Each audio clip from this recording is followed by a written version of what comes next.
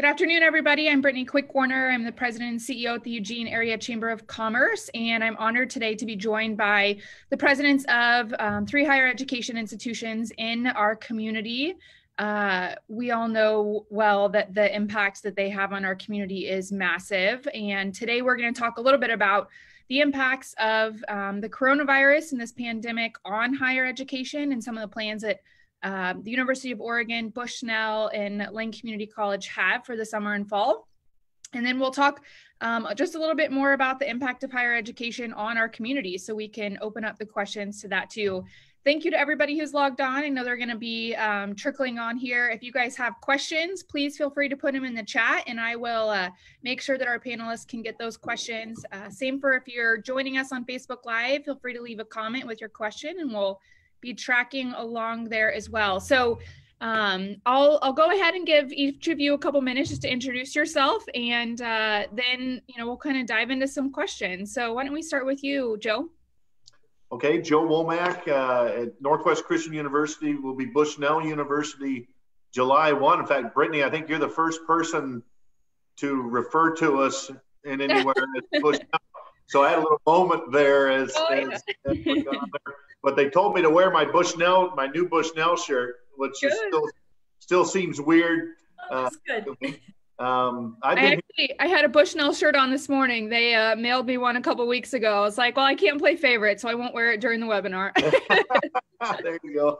And I've been here 10 years. It's hard to believe, but Monday was my 10-year anniversary. And so been back in Eugene 10 years in this role. That's great. Welcome. Thank you. Margaret? Hi, I'm Marge Hamilton. Pronouns are she, her, hers, and I've been at Lane about 3 years now. So we have had an interesting year, needless to say, and we're going to get to talk about it shortly. Thanks. Great. Michael? And I'm Mike Schill, president of the UO, and I have been here about 5 years now. I'll be celebrating my 5th anniversary shortly, and looking forward to the conversation. Wonderful. Thank you all for being here. I really appreciate it. Why don't we just kind of dive in, and I'll let you guys, if you have specific things that you want to take the conversation, feel free to do that. But why don't we just start kind of broad? How has this crisis impacted your university or college? Just some of the high level impacts that you guys have seen. And I'll let you, Joe, you're in my top left corner, so I'm gonna go that way. Yeah, I'm sure there's a lot of similarities for each of us. The shutdown of community, I think, is the most significant impact we feel on campus, and for Michael and I, we're right next to the U of O, and so much of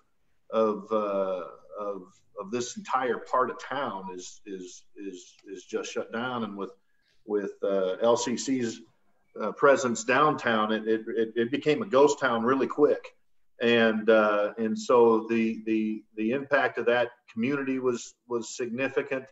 Of course, the impact of students transitioning to online, and faculty really over a weekend in terms of finding a way to continue out their educational experience. One difference for us in comparison to Lane and the U of O that was lucky for us in this sense is that we're on a semester system, and so we were done with the spring semester the 1st of May. And so we really needed to figure out how to finish a semester and have the benefit of that being done and moving into summer programs that were primarily online already. And so we didn't have to ramp back up a spring semester. And so I know for Michael and for Marge, that was a significant challenge for them that we didn't and as a result, we didn't see an enrollment impact, a negative enrollment impact for the 2019-2020 school year. Thank you. I appreciate that. Michael? So, obviously, COVID-19's changed everything for us as it has the whole, city of Eugene and state and country and world. But, there's been just the change from in-person classes to remote classes, just, as Joe said, a humongous effort, right, to get everything changed in a very, very short time. As you mentioned, we were beginning a quarter. So one of the things that we were wondering about, were the students going to come back? Were they just going to disperse? Because really, they just left all over the world. And we were able to retain the vast majority of students. Much better than we had anticipated. Our faculty were heroes. I mean, they were able to really convert their classes and really, in very difficult circumstances that we all hear about, right? Folks are at home with children, with families, and yet trying to maintain class hours and teaching and connection. We called all of our students during that period and we said, how are you doing? We want you to stay. I called a number of them and they were terrific and they remain terrific. And so all of that is good. But I have to say, there have been hardships that we've had. I mean, we're a residential university, and we normally house about 4,500 to 5,000 students, and we serve them food, and we ended up with 200. We didn't close our doors because this is their home, but we ended up with 200 people. We encouraged them not to come back, and that meant people had their jobs reduced. We agreed to, and we actually offered to pay benefits to people during that period. And we're hoping to bring everybody back on campus for in-person education coming this fall. Great, thank you. Marge? So it was a radical transition. I feel like I remember like it was yesterday, and it started with a basketball meet. And I will never forget that. We were sending a group up to Washington when we found out that what was going on in Washington, and we had to get them home because they had cases.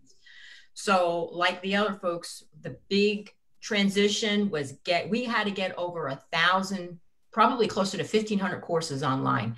That's amazing. And I can't, and we all can attest how great our faculty did. It's just to wrap your head around how many courses went online, went remote, is amazing. We actually dropped about 11% in that changeover from winter to spring, which was understandable because of the career and technical education. We did not know at the beginning how this was going to play out. Do the nursing students come back? Did the dental hygiene students come back? So it was like a play-by-play. So our greatest losses was initially while we were trying to figure it all out in career and technical ed. But the good news is those that came back were pretty much completing. And our graduation, I know one of the early questions that you'd sent to us was, what do you think about graduation? We're pretty much non-affected. The only, we're going to probably award over 1,700 degrees and certificates. But there is one program of all of them, ironically, that took the hardest hit, and that's aviation, because the FAA rules are just so strict that we could not accomplish that social distancing and the masks and all that under these circumstances. So we've just got to wait it out and phase it out so that we can get those folks back up in the air again. Probably the other schools will have the same comment though. Our international students, very concerned about them. If they went home, they might not come back. And some of them that went home haven't come back. We think it'll open up, but this is a wait and see. And that's our downtown Titan Court. So I think the most traumatic impact was finding out in such a challenging way where your technology challenges. If there's a crack in the cement, you're going to find it. We found our cracks, and it was with Wi-Fi, finding these students all over the city and the county that had poor Wi-Fi. We'll tell you our stories. We did hotspots. You've heard them from local folks, but wow, that was And we haven't solved that one yet, 100%. Donors were great. Donors came through. They bought hundreds of laptops. They bought Chromebooks, little cameras. We were talking about Mike's new little Chrome whatever camera. So, I mean, we can buy the toys, we can buy the equipment, but it's not the same as the skills. Yeah. About an hour before this, I was doing something else and boom, my screen went blank. My Wi-Fi just went out. So what if you're taking a test, right? What if stuff happens? So we're all doing okay. But we're learning as we go, which has been interesting. That's been interesting. Yeah. So, I think a big question that a lot of us have is, and, each of you individually has been pretty transparent about some of the issues, but with your budgets, what, how has this crisis impacted the school's budgets? What are you, some of you rely on state funding. What are you hearing about that? What are some of the, changes that you had to make to address those budget concerns too? Mike, I'll so this has really been, I think, under a period in which people now understand higher education is one of the sectors, probably, I won't say the only, so hospitals, a huge sector that has been very, very impacted. Higher education probably comes in next to that in terms of, because what we are getting hit by is, particularly if you're a public university like the U of O and also Lane Community College, is our whole mode of operation and our mission is to bring people together. And what COVID-19 does is it pushes people apart. So one of the questions that we've had from the very beginning is, what is our enrollment going to be? We are tuition dependent school. So what is it going to be in the fall? And we're not going to know that until till probably October, what the students that we're going to have here. And the numbers add up very rapidly. And what we know is that the students don't want to come back to a school. They understood that we had to go remote, but they want to be back in some hybrid level of education where they have some in-person connection with each other. And we want to maximize that as much as we possibly can, consistent with health and safety. So you have this tuition uncertainty out there, but then you also have, we're a public university, and we know we're in a state where, the University of Oregon, we're in a group called the AAU, which is the top research universities in the country. We are second to last in terms of state funding per student. So Oregon doesn't do very well with regard to state funding. And beyond that, we know the last recession, they went to higher education first, under the theory that we'd be able to pass on the costs to our students in higher tuition. Well, that's not going to be the case this time. Yeah. We can't raise tuition. Our students are hurting. Our students' families are hurting. Our tuition has already gone up tremendously. So what we need to do is we need to make sure that the state doesn't disproportionately cut us. And indeed, if you were asking me, I'd say the state should be investing in higher education, because the future of this state is going to be led by higher education. Our workforce needs to be retrained. We all play roles in that. We need research. We need innovation. And so we are working as hard as we can to not allow higher education to be at the bottom of the list of priorities. And we want all of our legislators in Lane County to really commit that the University of Oregon Lane Community College are top priorities for them. And so those finances, in terms of, I'll just briefly say, because you asked about the numbers, we're out about $25 million on our housing because we kept paying people for a while because, we had notice periods and they're part of our family. We don't want to, we didn't want to lay off folks. And we have all of these expenses in dealing with these problems and retrofitting some of our buildings, getting ready. And so the numbers are mounting and we need the state to support us. And we also need the federal government to do more than they've done. Thank you. Marge, since Mike talked a little bit about some of the state support, I know that LCC is also, supported by the state financially. Talk to me about some of the budget concerns you have, and kind of where you see your biggest holes. And you guys did just have a bond pass, which was incredible to see during this time. So yeah, talk to me about how all of that kind of plays together. So the bond, and I couldn't be happier, and I can't thank the taxpayers enough, but that's not operations. So that's bricks and mortar. So let's hold that off over here. Our funding is basically, the goal of our funding formula for community colleges anyway is 1/3, 1/3, 1/3. 1/3 is supposed to be the tuition the students pays, tuition and fees. 1/3 should be real estate taxes, and the other third should be the state through FTE. So the problem is Lane's already been in a decline over the years from the last recession that was up, and then it dropped. So our FTE had been dropping. So our share went down, and guess where the rest of that went on? Mike said it very well. It went on the student backs. So with that, now our students are paying an unbalanced amount, and our socioeconomic group is so much lower, so that even a $3 or $5 tuition increase can make or break a student when they add it all up, to not going back. So we're so hypersensitive to this. So the whole sector, which is kind of how they cut the money up. So our community college sector, we're all preparing for like an 8.5% cut. The governor told us all, prepare for the worst. And then we'll see, and then we'll figure out how that works out. But we're budgeted for 2 years. So 8.5, you really have to double it. It's over 17. It's actually 17 to 20% cut we're all preparing for, which is, you can't even, it's unthinkable. Like, it's unmanageable. Mm-hmm. So will it be better?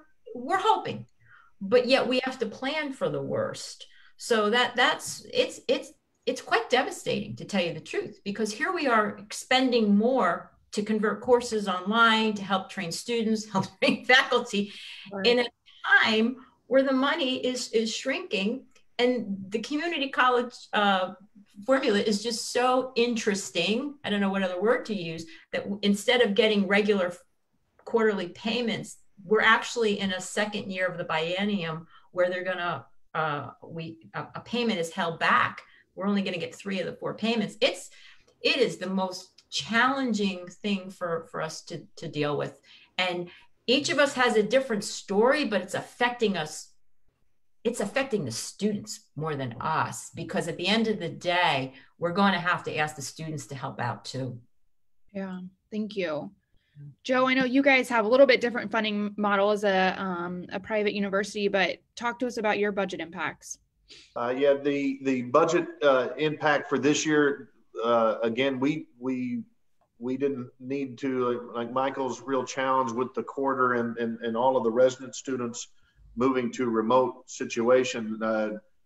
In fact, Michael, that was my first thought when this happened, and I thought, oh my goodness, it's going to really impact them, because those, all of the refunds that will have to happen for Residence Live.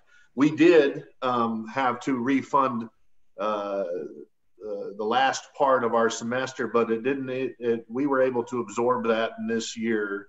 And so we were very lucky as a private institution. Most of the time, private higher education would complain about, we don't get any state money. We don't get any of these things. Now is a time when you'd say, thank goodness we're not depending on state money. I mean, because it's not there, and it's going to be impacted in a real significant way. And so we're completely tuition driven, and completely dependent on our tuition, room and board, and fees. And we were very lucky to come into this in a very good position. We're having a fantastic year, and we were able to absorb that cost for this year's budget. But as we look forward, there's just no way this isn't going to negatively impact enrollment.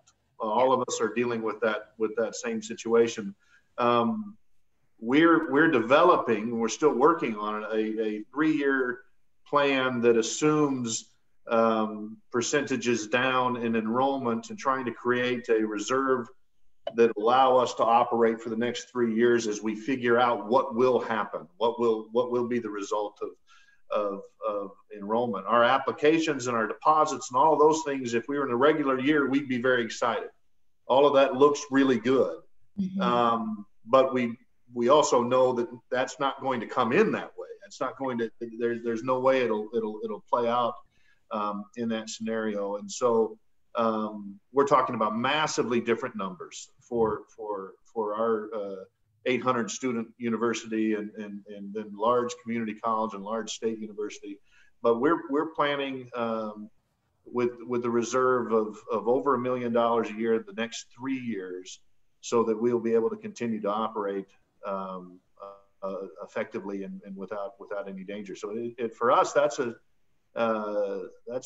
significant impact as we move forward. But we believe that we're prepared for it and are going to be able to weather that storm.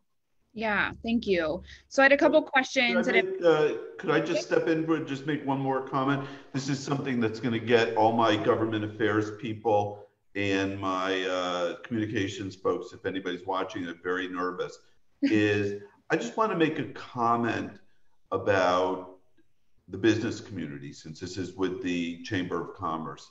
The University of Oregon, as well as the other 2 universities, we are very, very important parts of the Eugene economy. We understand that. We take that seriously. Our employment is important. Our financial presence as consumers of services, our students who buy things, who live in town, our faculty, right? It's immense, the investments that we return to the city, and vice versa. We benefit from being in Eugene. I believe, and I want to challenge you, and I want to challenge everybody out there from the business community. You have been ineffective in advocating for higher education.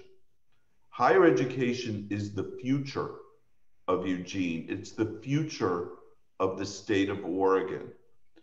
And if we don't mobilize you, if you don't mobilize yourself and contribute to an effort to tell legislators, both from Lane County, but also outside of Lane County, that it's important that the state support higher education, then you are going to be left with a state which will not have a vital university system, and you'll be left with a workforce which is unskilled and unable to take the jobs that you are going to need them to fill. And so I've been here for 5 years, and I'll take some of the blame for that we haven't mobilized you effectively. But legislative session after legislative session, the business community has not been sufficiently engaged. And I want to challenge each of you to help us as we move forward. Thanks, Mike. I think that's super important. I'd love to talk more later about the advocacy side of it, because that's my bread and butter. I love that part. I do have a couple questions in here that's related to what we were just talking about. So I'll kind of let any of you chime in around these. So folks are asking about scholarships and grants. Is there going to be any impact or lessening of those now that we're in this time?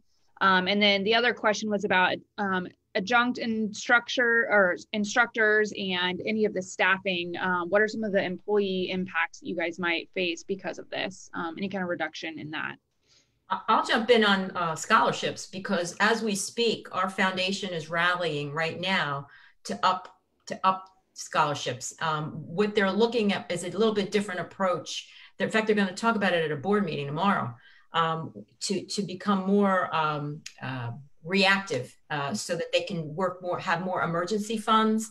We tend to have more of a traditional scholarships, but when this happened, I picked up the phone and they responded great, but now they want to help more. So I think people in this county are very generous, and they will respond when asked. So I see that the donors and the scholarships are going to help us. it can't solve the problems Mike just talked about, but it's certainly going to help the students left behind who aren't financial aid eligible, or in our case, Oregon Promise eligible, et cetera. So I'd like to say thank you to everybody out there, because you've been just outstanding. But I think we're going to see that model change from the traditional, maybe a $2,000, $5,000 scholarship to I need somebody to help me buy my books now. Mm-hmm.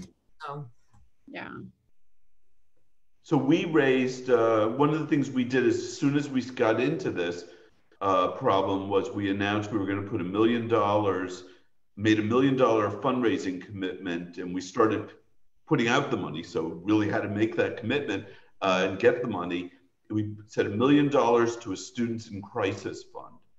And we've had over 1,200 alumni and friends of the university, and indeed some businesses in the city of Eugene contribute to that. It has put out money for, I think 800 students have gotten grants to help them with things like food, rent, right? Because when we closed, their jobs ended, many of them.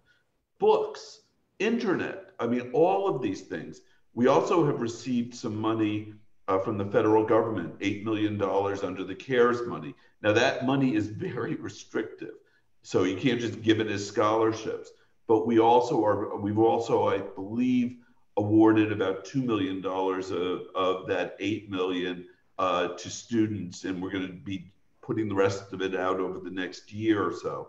And so the idea is, and then of course we have Pathway Oregon, which is a wonderful philanthropic program, which we also fund out of our operating budget, which says if you're an Oregonian and you're going to college, and if you have a 3.4 average or above coming out of high school, we'll make sure that you don't pay any tuition and you're Pell eligible. So, it's those combinations, but scholarship assistance and just supporting our students is the #1 objective that I think we all have, because it has been really difficult for them.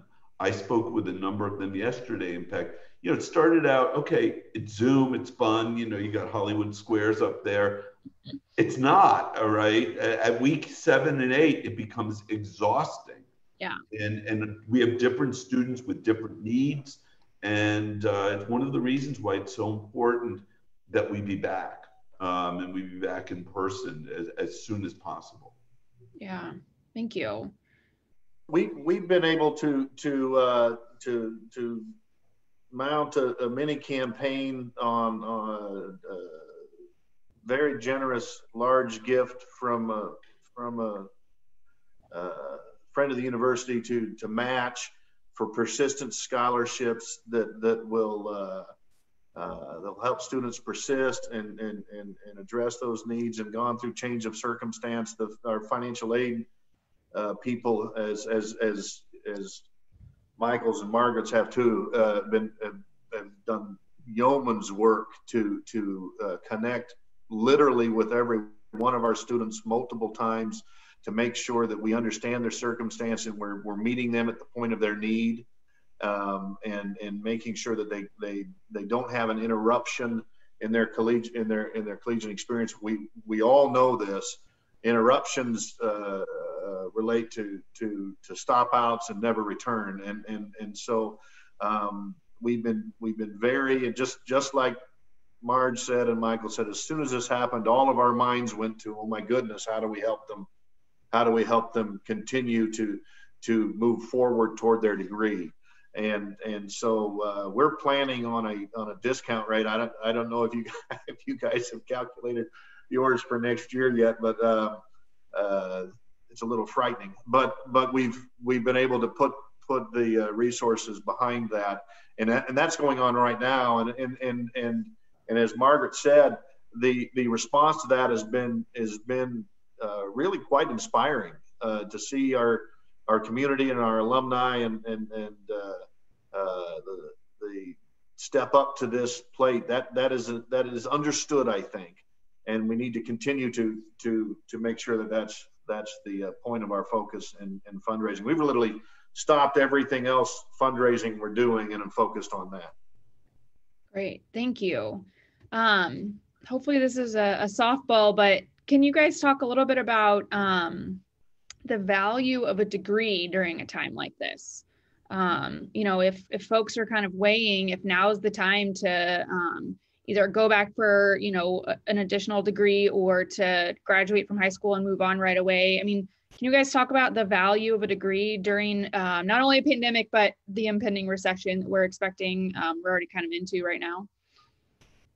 So I can't imagine a better time.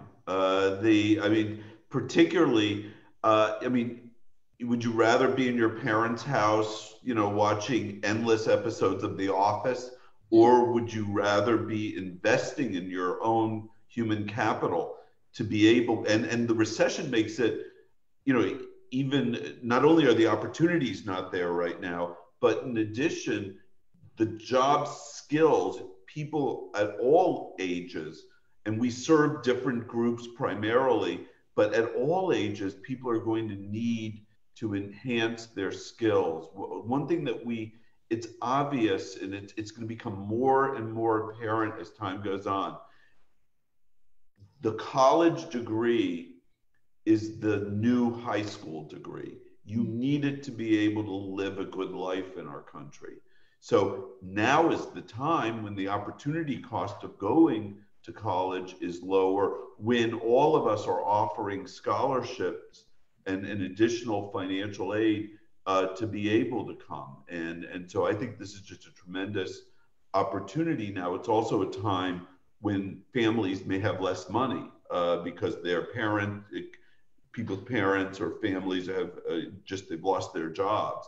But, you know, again, if you can go to college, this is so much not the year to take a gap year and go away and put your head under the covers. This is the time to come out strong and say, I want to be ready when we're all able to get back to a new normal. I want to be out there.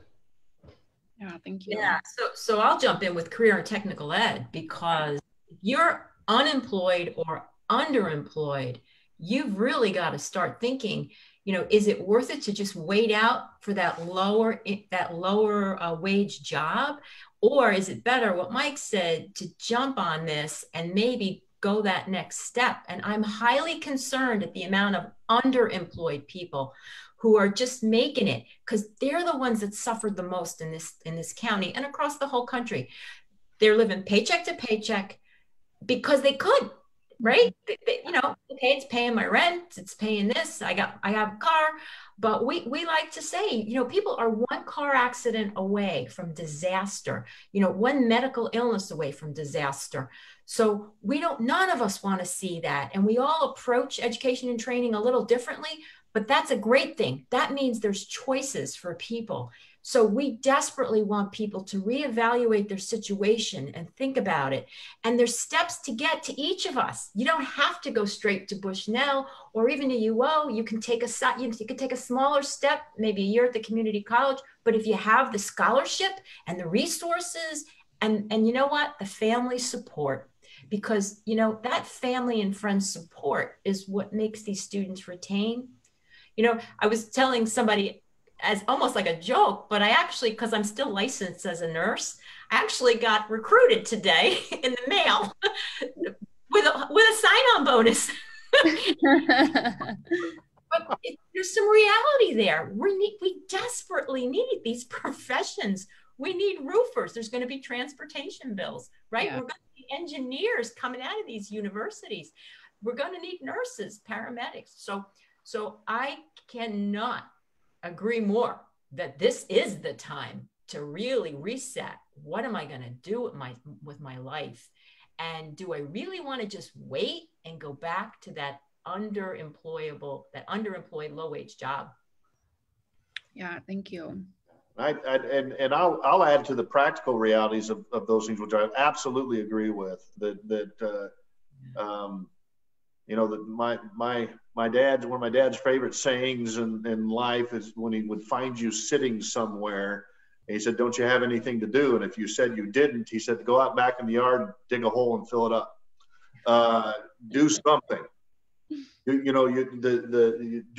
Do something. And what we know through studies in all disciplines, successful people find something constructive to do. And all of what has been shared is true. But the other part I'll go to, just not to repeat that, is that education teaches you how to think, how to solve problems, how to relate to one another.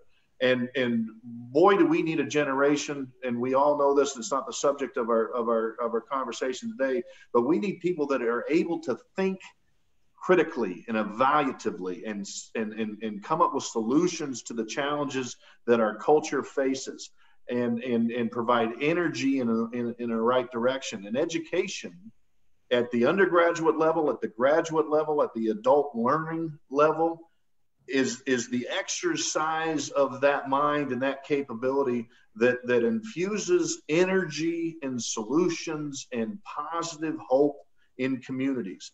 And when you would stop out of that for the ambiguity of the platform of the education that is being experienced in the moment, you do so at the peril of that future. And that's why we need to be as diligent as we can to make sure these students persist, to make sure we encourage them to engage the process of improving themselves.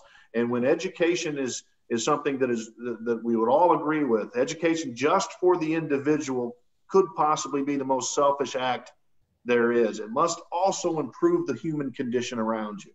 It must improve your community. And so we're going to come out of this. We don't know exactly how this will all play out, but what's going to be needed is energy, hope, and people who can think critically and evaluatively and provide solutions to the challenges that we're facing. And education is the laboratory environment where that happens.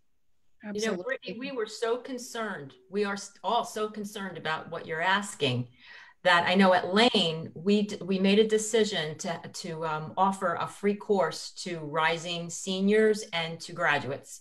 Yeah. Whether they go to UO, they go to Bushnell, they go to Kansas, but we want them to get in school and as Joe said, do something. Mm-hmm. Do something. Yeah. And while you're taking a class and you're realizing, hey, I can do this, then you can go off and plan your future. So, I mean, that's the sort of thing that we're trying to actually combat. What you just proposed could happen. Why bother? You know, we all are afraid of the why bother. Yeah. So what about, quickly to stay on this, and then I'm going to pivot us to what next term might look like for folks. What about non-traditional students? What programs do you have for people who are needing or wanting to work while they finish a degree? Joe, I know you guys have done a lot of work around this. Yeah, we have a very large adult learning program that already is, most of those programs are already on the platform that enables students to continue. We've seen very little disruption in that population in terms of in business, undergraduate and master, MBA, education, undergraduate and masters. Masters of Leadership, Nursing, the RN to BSN, and the MSN, and we've already, and Marge and I have spent a lot of time working on this, creating seamless pathways, 4-year pathways from Lane to Bushnell and on. And so, what we've seen traditionally is that in economically difficult times, you'll see enrollment in those programs increase.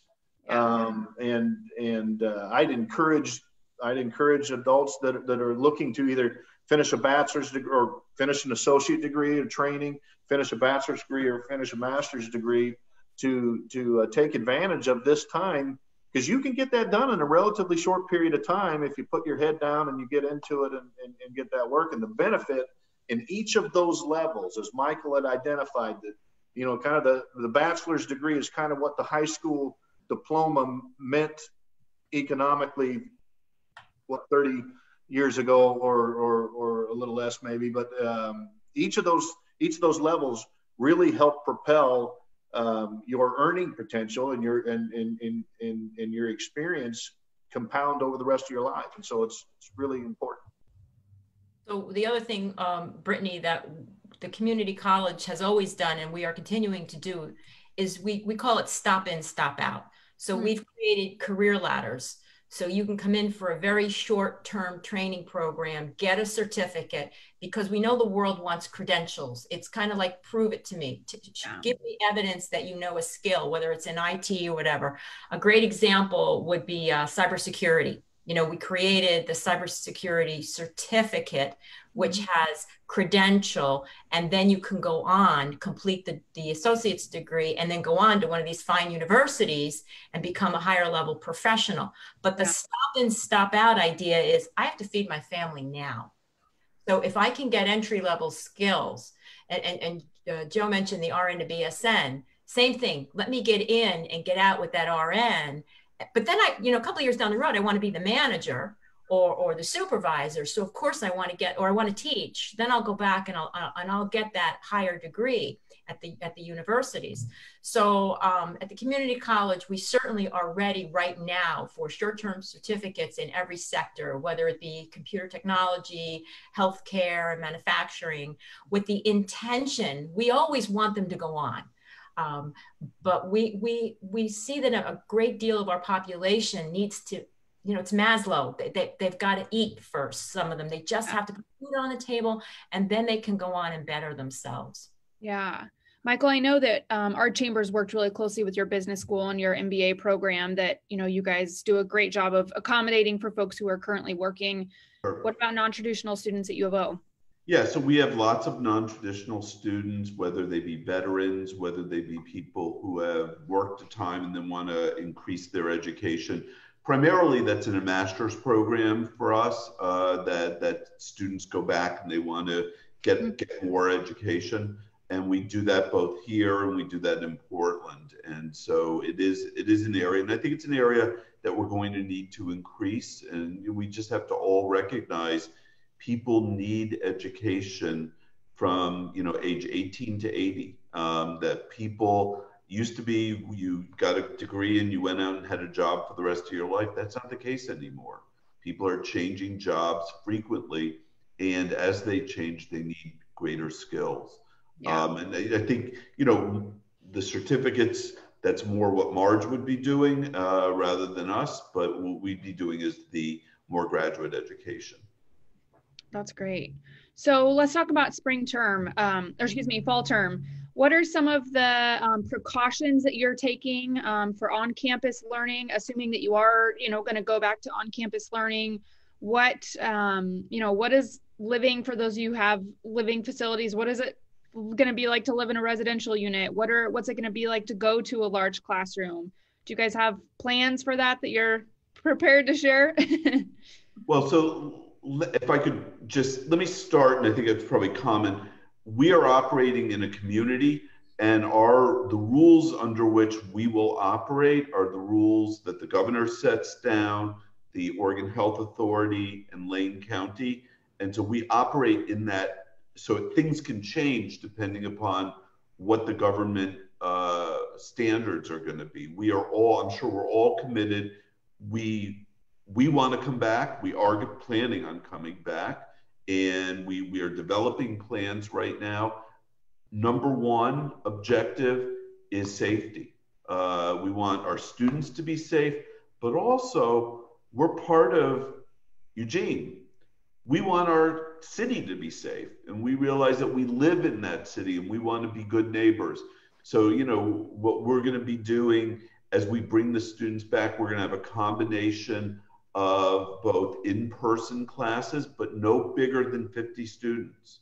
And so what that means is some will be online, and I don't mean remote, I mean online, really good online class. Some will be hybrid, where you attend the lecture you'll do in video, and then you'll go and have discussion sections where you'll be able to really dig deep into the knowledge. We're a residential university, so obviously we have our dorms, our residence halls, we're going to not have as high occupancy in those dorms. We're going to have grab and go meals in many instances. We're going to do extra cleaning. Our students are going to be required to wear masks in class in all likelihood. And again, all of this will change. So we can all develop, all of us have all these, reams of plans, right? But it's the virus that will determine what we do. So what we have to do is we have to have piles of plans so we can shift from one scenario over to the other. But one thing I can tell you is we want to be back, we will be back, but we also are going to come back safely. Yeah. So just to jump on what was just said, we're given a lot of rules to start. Yeah. So we're all following those. An example of what a typical environment might look like is it's got to be 50% capacity as a general rule. There's exceptions to all of this.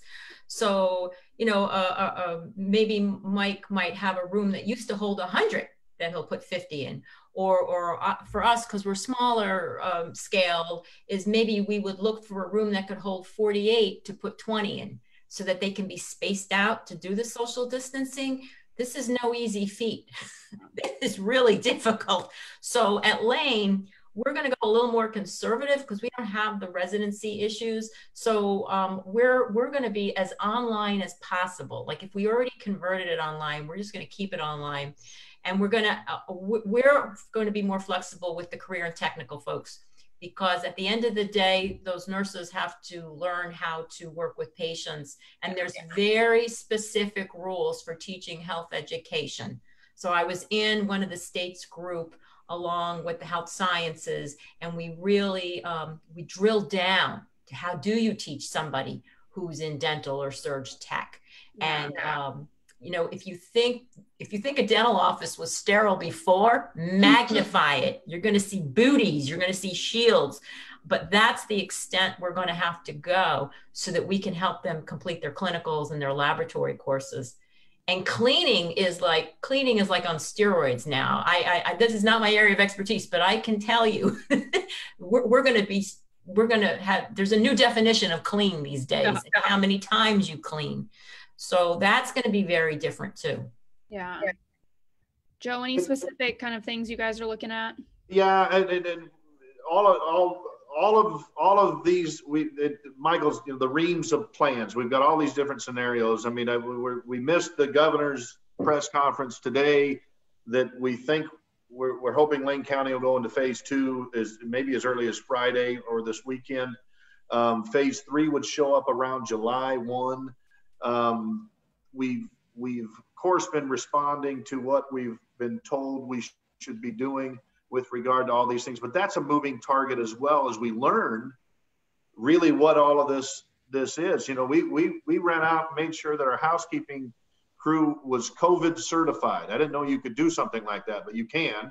And so our crew got COVID certified, and then the week after we got certified, we found out that the virus actually doesn't transmit off surfaces like we thought we would. We thought it did, and so we're going to have to be patient and operate with grace as we learn things. We learn more about what is really going on, but it'll be social distancing, cleaning, hygiene habits among the entire community, to-go food. All of those things will be part of what happens when it opens. The thing I mentioned earlier, that we had the benefit of being done in May and not having a spring quarter to deal with, as we're on semesters. Well, we get going in August, and so we're going to be ahead of U of O and Lane in some of those regards. And so even that period of time, that 5-week period of time, we'll see things change for us, and we'll be as flexible and ready to go as possible. But we have committed and shared that commitment that we will be back on campus with face-to-face instruction, with the caveat of the instructions that we'll receive from the state. Can I also mention one thing that we haven't talked about, which is research? So our mission, obviously, one of our missions is teaching, but also another mission is research, and we need to bring those people back. So they'll actually be coming back sooner over the summer for us, because as Joe mentioned, we have until really end of September for most of the undergraduates to come back. And essentially we need to bring them back because, again, from the standpoint of Eugene and the standpoint of the state, we take seriously our role as a driver of economic activity. And if we're going to come out of this recession stronger than we went in, what we need to do is drive business. We need to drive technology. And one of the things that's going to happen over the summer is the night campus is going to open. And you all see it as you drive by Franklin. It's magnificent. And we're really grateful to Phil and Penny for the gift. But the gift is to the state, right? It's not just to us. Yeah. It's the companies that are going to come out of the night campus that will employ people, that will create economic activity. That's the goal. And we take that seriously. So we need to be back. We need to be back to serve the state and the community. In each of our organizations do. And one thing, if I could, just one more thing, because we're sort of probably running out. I don't know, what time do we end? We got about 8 minutes left, so I got a couple questions that I got left. So we'll get to those. Say one thing, because this is, I think, and I think we all want to say this and care about this. It's sort of like we're having this discussion about COVID-19, but in the back of our minds, we're thinking about Minneapolis, we're thinking about Atlanta, we're thinking about these killings of Black men, and what we need to do as communities, not just the city of Eugene, but in each one of our communities. And the linkage here is the systemic inequities that are built into both our system as well as the system that brings kids from high school to us, but also the worry that COVID-19 is going to make matters worse. Yep. Because we know that Black and Brown and Native communities are differentially impacted by COVID-19. So all of us, as we open, as we think about things, we need to be focused on equity, and we need to be focused on making sure that people don't get left behind. And I know that it's all of us care deeply about that. So that actually was my next question to all of you. So I'll let Marge and Joe take a stab at that one too. How has the obviously the killing of George Floyd is one incident among so many that we are just now sort of in the midst of, but how are you guys addressing some of the equality and the equity and diversity issues within your community? How can you guys respond? How can we as a community in higher education respond to some of these inequities? So the good news is that this is it's like a co-curricular purpose for higher ed. We bring people together of all colors, races, religions. If we didn't do that, a lot of folks would never leave their silos. I mean, I'm an immigrant. I come from an immigrant family, and many of us have. And those old communities, they stayed in one little cluster. So when you went to college, you got exposed to everybody around you. So at Lane, and I know we're all doing something similar, we have teams of people for the past couple of years who've created the Equity Lens Kit, I call it. It helps us, it forces us to think through decision-making and what we're doing and how we approach everything. And it's really remarkable because the more you use it, the more you train yourself that it's kind of like for us, it's put students first. It's like, what's our philosophical ground? What keeps us, what some people say it's their compass, their moral compass. So for us, students first within the equity lens though. And I think that's where the colleges are already there. We could all do better. I mean, we know that for sure, but we're also talking amongst ourselves. We have, we all sit on each other's committees so that we could all share what we're doing and do this and do it even better. So this is hitting home for colleges. This is hitting home hard because this is a thread through all of our class. It's like it's co-curricular to what we should be teaching. Absolutely. Joe, any other?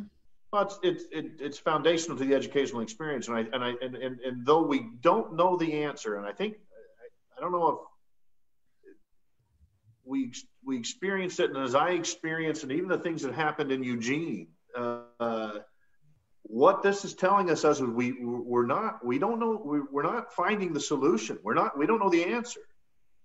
And Marge, excellent point. It is co-curricular. It is the environment of education that will provide the opportunity for us to have this open discussion and this dialogue and the research and the necessary community to identify how it is we're going to find the path forward to this. What we see is, and what is exposed is a lack of improvement that I'll say it, I honestly thought we were further along than we are as a community, as a country, as a state.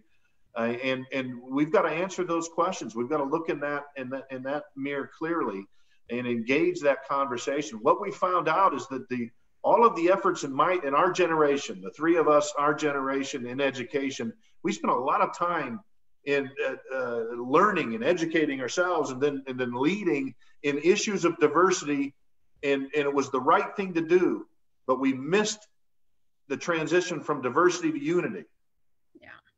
Yeah. And now we've got to bridge that gap. We've got to find a way to bridge that gap, because I think we're trying to listen, but I'm not sure we're hearing yet.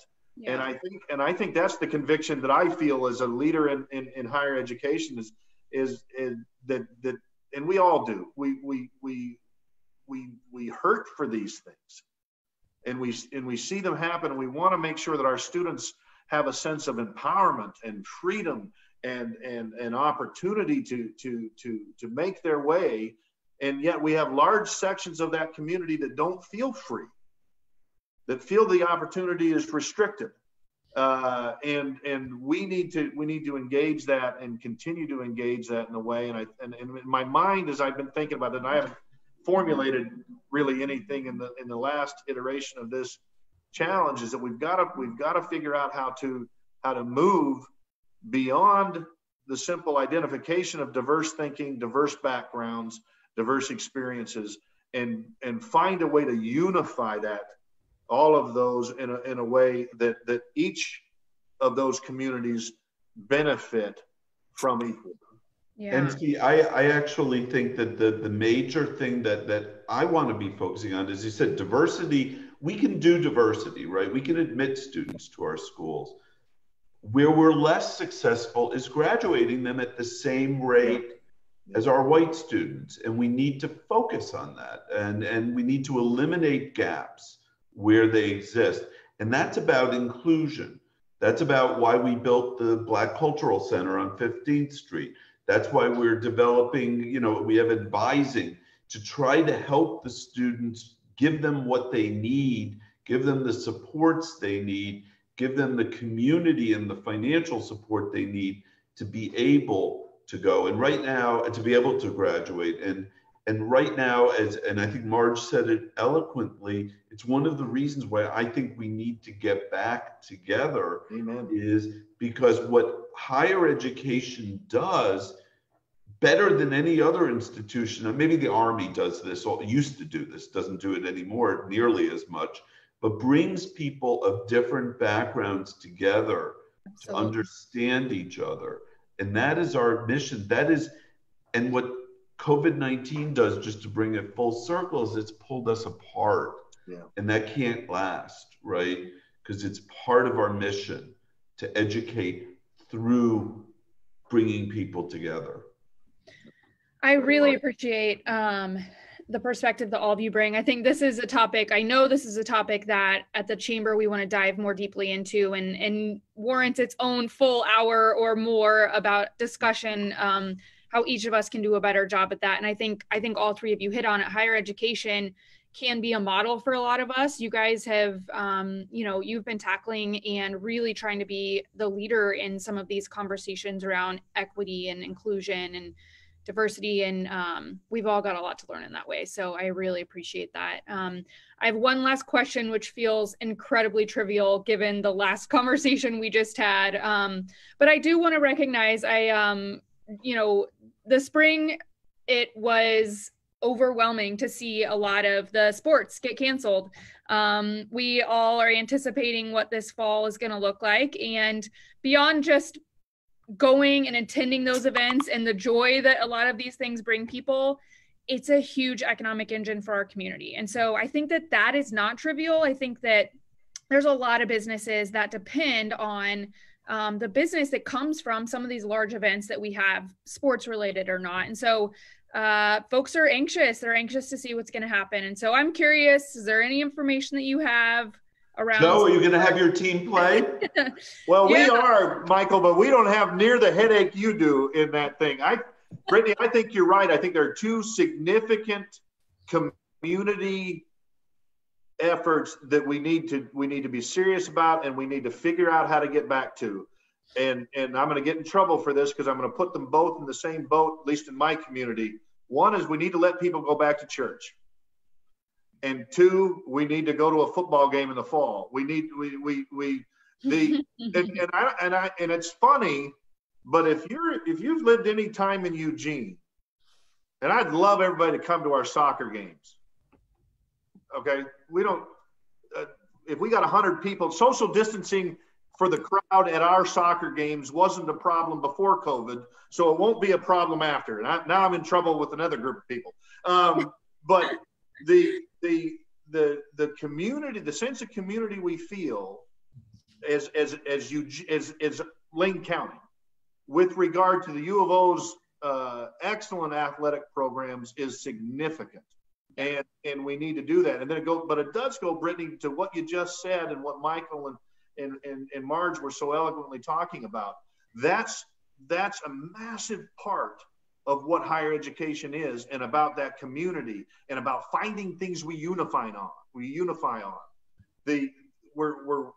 see the other thing I think COVID has done is expose social media and media in general for the negative aspects that are inherent in them.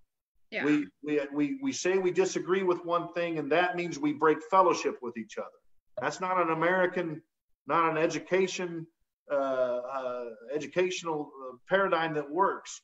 Disagreement doesn't mean lack of fellowship. It means different ideas. And if we can get back on those things, the reason why college athletics is so important to the higher education landscape is because we can all put on the green and gold on Saturday, or the blue and gold if you're coming to the soccer game to watch or the blue and white at Lane, but we all put that on and we're all fans for that period of time. We're all unified in a purpose for that period of time. It's very important. Jesus Girls and Marcus Mariota, right? Isn't that? Right. Well, yes, that's funny. I don't want you to think, but I think they're both important. I don't want you to think I asked Joe that question to run out the clock, so to speak. Yeah, right. Although it would have been a good strategy. I don't think it's a trivial question. I think we understand how important football is. It's important to us. It's important to our alumni. It's important to our, the way people discover. If you live in New York, probably the first way that you hear about the University of Oregon is through our sports. And then you find out what a great educational institution it is. So we want to be back. I'm optimistic. We will not be back if it risks people's health and safety. So we have to find a way to do it. And the one thing I can say is, maybe thankfully, while the decision will be mine at some level, it's going to be a lot of other people's before it gets to me, including the governor, the health authorities, the Pac-12. But, the last time I said anything on it, it became national news when I said, I don't expect it to look like it looked last year. And I'll say that again. We're not going to be in Autzen Stadium with 55,000 people cheek by jowl, okay? I do believe, I'm optimistic we will have some football next year. but it will be a different type of situation. And if we do, we will test, we will contact trace, we will manage to run the season as safely as possible. Yeah. And we're committed to that, but it is not a trivial question. And, you know, if it were trivial, I wouldn't dress up in my green and yellow every Saturday and, you know, wear all my Nikes and do this constantly. That's right. Yeah. The economics of college sports is really interesting to me. And I think that the student athletes, right, it's not having it is going to impact them immensely too. And so obviously it's more than just my season tickets that I'm anxious about. Joe, hopefully you'll have your alumni game so my husband can come play basketball in your in your gym. But I know it's more than that, and it really is to the rest of our community. We are a little bit over time. I don't know, Marge, if you had anything you wanted to add to that. I know Lane's got a lot of great sports programs as well, and you guys have been impacted as well. Yeah, they're working out. They're going to be conditioning, so that's about all I can say. Good. Well, I strategically held that question on to the end for the folks who are waiting to hear about that one. But I really appreciate all of your time. It means a lot that you each took an hour and that we somehow miraculously got you all available at the exact same hour in a week. I know that you're some of the busiest people in the community, so I really, really appreciate that. And I really do mean that I want to continue the conversation specifically around creating just more equitable community and how we can all work together on that. So stay tuned, more to come on that. Joe, I got to have you back on to talk about Bushnell and the transition to that. There's a lot there that I want to unpack as well. So now that I have all your attention, I'm going to just keep bugging you about it. So thank you guys so much. Have a great afternoon. Thanks everybody for tuning in. We'll see you all later. Thanks for having us. All right. God bless y'all. Be safe. Bye.